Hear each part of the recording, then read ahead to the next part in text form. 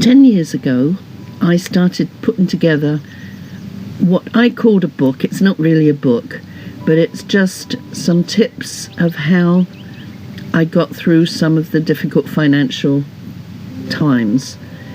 And I wanted at some point to be able to help others learn that you can cope with stuff which does seem overwhelming at the time, but you get through it.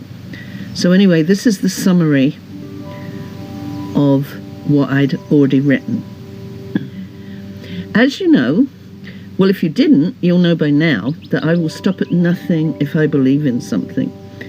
I've every expectation that I'll be able to pursue this further, writing more about the consequences of struggling through the system and the misconceptions and lack of knowledge of what some people endure when trying to live with, or without, the basics. The tremendous price, both monetarily and emotionally, has not been addressed in the media. Very few people have any idea that a utility bill, if left unpaid, can increase from $286 to $800. Now this is for water, and they won't turn you back on again until you've paid that $800. And all the extra charges payable to the utility company for their time, not because of consumption. Most people have no idea that electricity is shut off because of an inability to pay extraordinarily high deposits, even though the consumption charges are up to date, resulting in room temperatures that cause 30-gallon fish tanks to freeze inside a house.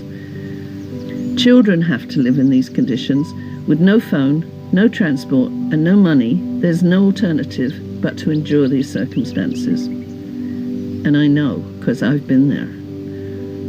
I lived without water for nearly 2 years, remembering a moment when I mentioned about the cat's water, and my son, without thinking, says, "Water? Where?" We relied on an ex-boyfriend stopping by with a bag of food. No other means of getting any when you live in the country.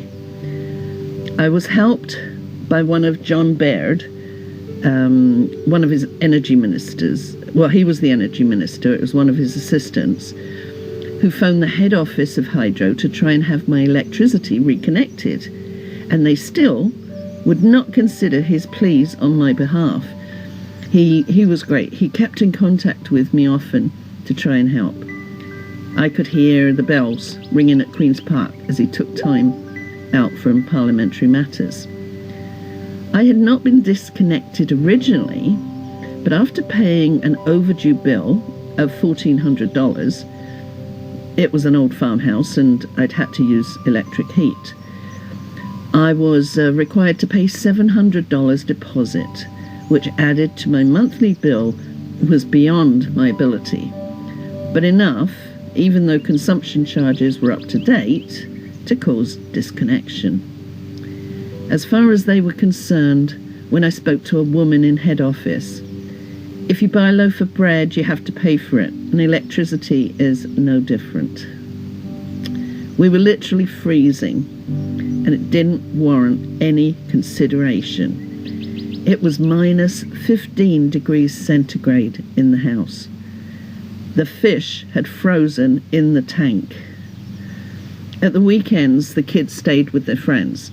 I stayed under 2 thick comforters shared by the cats, grateful that the kids had relief from this.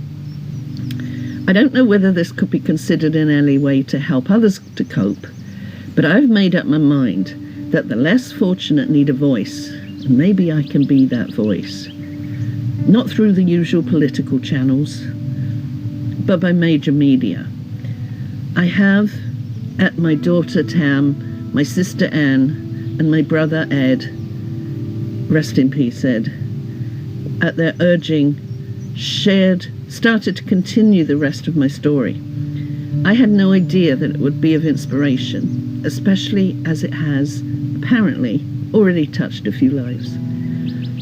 Some of the issues prevent perfectly capable and willing social service clients from rising up from the toughest times because of the constant adversity caused by the greed of the utility companies. And hydro, for me at the time, was government, and water was regional government. Many things we willingly go without in life, depending on our budget, but utilities are a mainstay for any household to function, and they're making money from the poor by extortionate deposits and charges that are incurred, holding the less fortunate hostage to their demands, and most people are oblivious to their demands. You may detect I feel very passionately about this for obvious reasons. Now, I'm fortunate enough to have, personally, been able to use my voice to fight my way through those times. But I fear there's many that do not have the motivation or resources to cope. I've never been ashamed of my circumstances, as I've always done my best. But with recent support from my family, I realise there's a lot that needs to be known, whether it be about the unfairness of utility companies or about the help and compassion of most people.